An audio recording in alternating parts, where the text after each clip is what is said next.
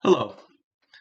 I want to present a method of memorizing Federal Rules of Evidence 803, the exceptions to hearsay, and I want to present a method based upon the tree list and the method known as tagging or chaining.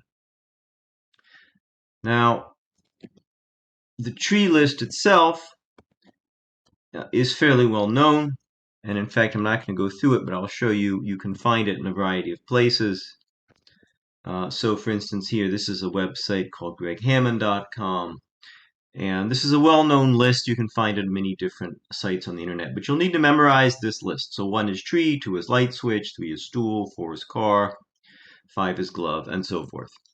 So you'll memorize that list, and we're going to use that list to memorize the hearsay exceptions. So let's go through them very quickly. The first on the tree list is tree, and the first exception is present sense impression. This goes all the way back to the famous case of Regina versus Jane. Jane was accused of having killed Tarzan. Jane took the stand, and she testified that she heard Tarzan swinging through the jungle, saying, "Ah!" And then she heard him shout, "Tree!" And she came out and she saw him dead at the foot of a tree.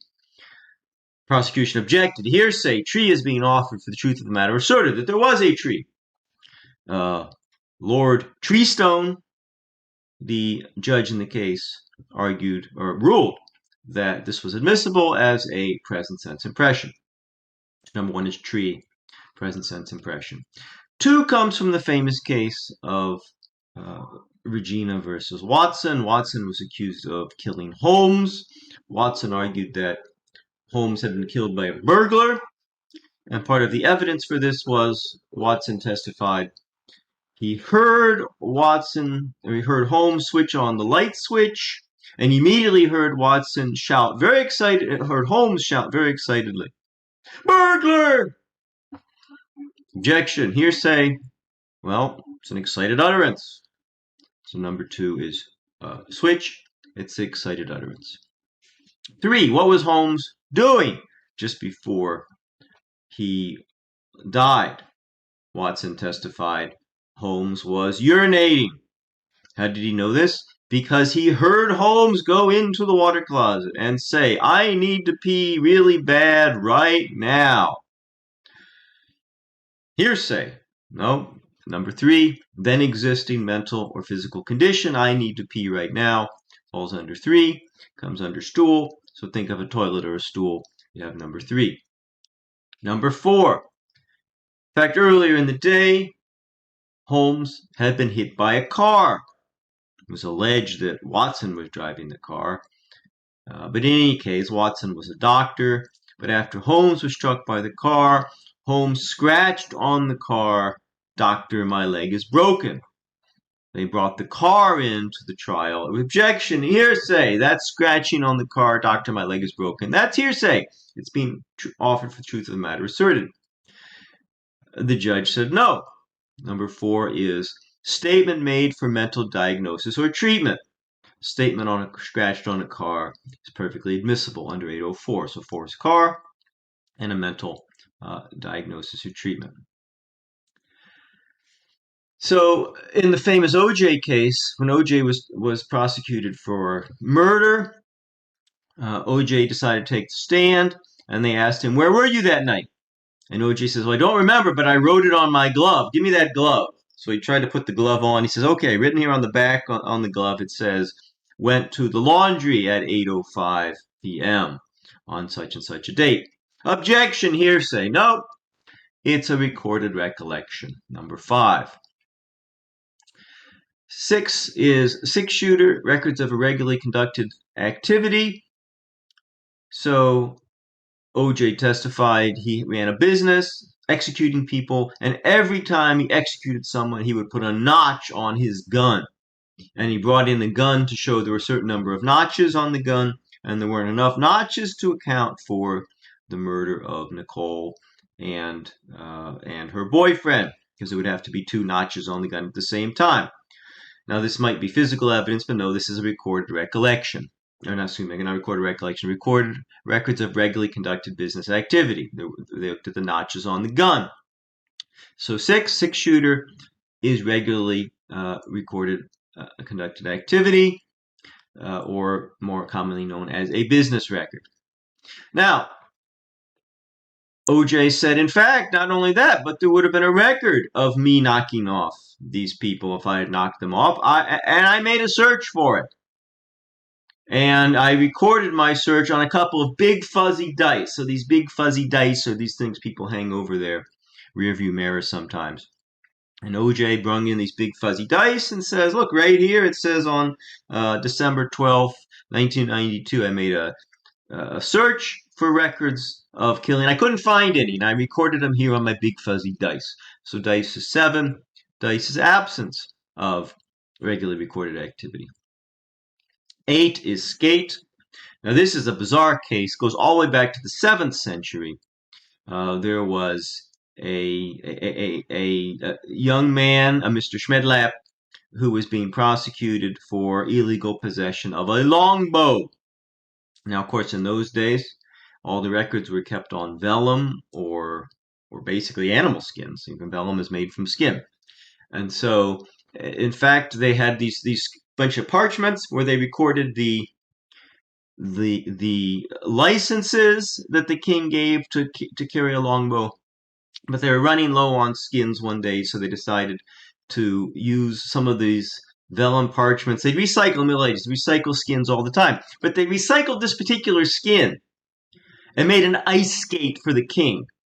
So the skate was made out of this king. So they had to bring in the record into court. It was actually literally an ice skate. Written on the ice skate was the record, saying Mr. Schmedlap has a license from the king to carry a longbow concealed in his pocket. He had big pockets in those days. In any case, brought in the ice skate. 8 is skate. It's a public record. Now, they used lots of different animals in those days for skins. They used cat skins for recording some stuff. And in fact, there were taxes on sheepskins, so they would often use cat skins to record stuff. And a lot of times they were pretty cheap. They didn't do a very good job, and so they bring in a cat skin. You could still see the cat. You could still see the whiskers and the eyes sticking out at you. It was kind of horrible. But again, they prosecuted Mrs. Schmedlap for not having a license for having a longbow, and they said, "This is not your wife." How do we know this is your wife? Well, here, it's written on this cat skin. So they brought in the cat skin to show that Mrs. Schmedlap was married to Mr. Schmedlap. The marriage license was literally on a cat skin where you could still see the cat. Objection, hearsay. No, it's a public record. Public record of death, births, marriages written on a cat skin. Number 9 is cat. And number 9 is public records of vital statistics. Now 10. Bowling was actually invented way, way back, years and years and years ago. In fact, it's basically the same case. Same case of Mr. and Mrs. Schmedlap. They wanted to show that Mrs. Schmedlap did not have her own license to carry a longbow. Even though she was married to Schmedlap, Schmedlap had a license. They showed she was married. They were prosecuting Mrs. Schmedlap, saying she did not have her own license. And someone had used big, huge rocks to record their look through they looked through all the ice skates, they looked through all the cat skins, and then they wanted to make sure that they had a record of having looked through, so they chiseled on a big, huge rock that was later used for a bowling ball. And they brought this big bowling ball into court. And they said, see here, we looked through our records, and the bowling ball shows there is no public record. So number 10 is absence of public record, and number 10 is bowling ball. 11 is another case, records of religious organizations. Now, there were a couple of people that take football very seriously, particularly college football. And there was a trial once of Newt Rockne. And Newt Rockne, they claimed he was not the coach. And they brought in a couple of big goalposts. And they said, What are you talking about? How can goalposts be admissible? Well, they have his initials in the goalposts. Well, so what?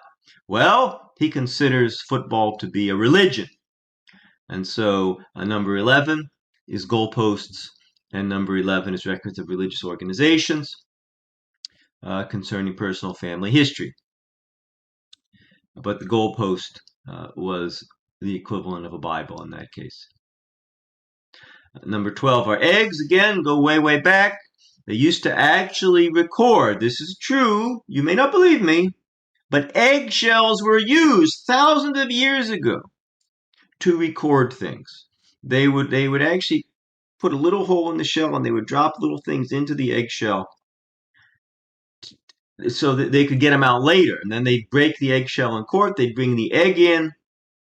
And so there was a very famous case in like going way, way, way back to the ancient Egyptians, where they showed they would get married. They would actually put a little figurine of the man, a little figurine of the woman, and they drill the hole in the eggshell and they drop the figurine into the ostrich egg, and they'd be in there. And then if you had to prove that you were married, you'd come into court, you'd break open the eggshell and say, "See, here is the man, here is the woman. They look like the guy. They're in the eggshell. They're legally married." So 12 is eggs. 12 are certificates of marriage, baptism, similar ceremonies. So 12 is egg. And remember, certificates of marriage, baptism, or similar ceremonies. 13 is witch. 13, in the Salem witch trials, they actually brought in a hat, a witch's hat, and they said, "This is my mother's hat, and she was a witch. And this is part of our family record." So 13 is witch, 13 is family records. They actually brought in a witch's hat, the heirloom of the house, to show that it was, in fact, they were witches. 14 is ring, documents that affect interest in property. Of course, many, many years ago, rings, of course, used to be signet rings, and they would put them in the wax to seal and show the document was authentic. So way, way back in Shelley's case, a famous case from the 1500s, Mr. Shelley had a document and he had a signet ring matching it. And the signet ring brought into court showed his interest in property. So 14 is ring, and 14 shows things having an interest in property. 15 is paycheck. So Mr. Shelley brought in his paycheck. Way back then, they were on wood. They were these big, huge wooden paychecks. But he had these big, like you see on television, where they have these big, huge checks. This big, huge check brought it in. And it showed the bottom of the check. On the notation, it said, "Endorsed to Lord James to buy his property." So this paycheck, this giant wooden paycheck, 5 feet long, was a document admissible under 803.15 to show an interest in property. 16 is candy. Now, you may not know this, but candy goes back millennia. Candy goes all the way back to the ancient Egyptians. But, of course, the candy got pretty hard. And again, Mr. Shelley, of the famous rule in Shelley's case, he had inherited these ancient candies. They were so old you couldn't eat them. They'd break your tooth, but they would be able to chip messages into the candy.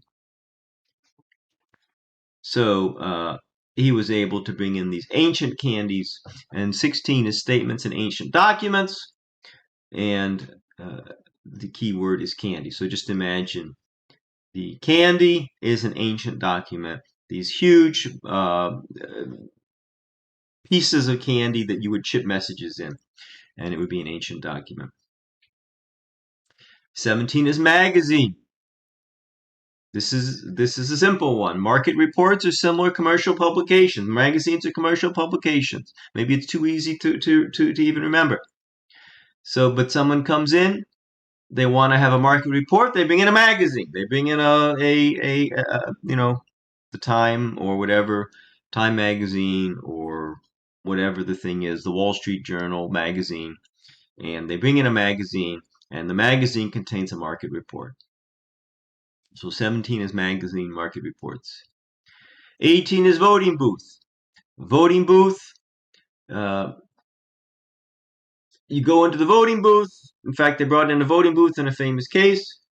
Trump was being prosecuted, claiming he had engaged in voter fraud because inside the voting booth was scribbled a message, Trump was here. And they brought in the voting booth to prosecute Trump for trying to prosecute elections. How do you know Trump was there? This is objectionable. You can't offer this the truth of the matter asserted. Well, 18 is statements in learned treatises, periodicals, or pamphlets. So just imagine a voting booth. An expert says, yes, Trump was here, and we know that. After all, we see him saying Trump was here, and we recognize his handwriting. And so we were able to use learned treatises and periodicals to analyze the handwriting of Trump. And we were able to conclude from by using these treatises that Trump was here based upon the voting booth that was brought into court. Objection, hearsay. This is a learned treatise. You can't bring in this can't be admitted for the truth of the matter asserted. Well, the expert says yes, I can because I'm an expert and I can use the voting booth and the learned treatises. 19 is a golf club. Well, golf was, of course, invented by Bull Roarer Baggins, but there was a family heirloom, and on this golf club that Bull Roarer Baggins had, he had his entire family history written on this long golf club. And so they brought this golf club into court to show that Bilbo was the legitimate heir of Bull Roarer Baggins, and 19 is golf club, and 19 is reputation concerning family history. 20 is a pack of cigarettes. 20 is reputation concerning boundaries or general history. Well, there was another case, again on Shelley's case.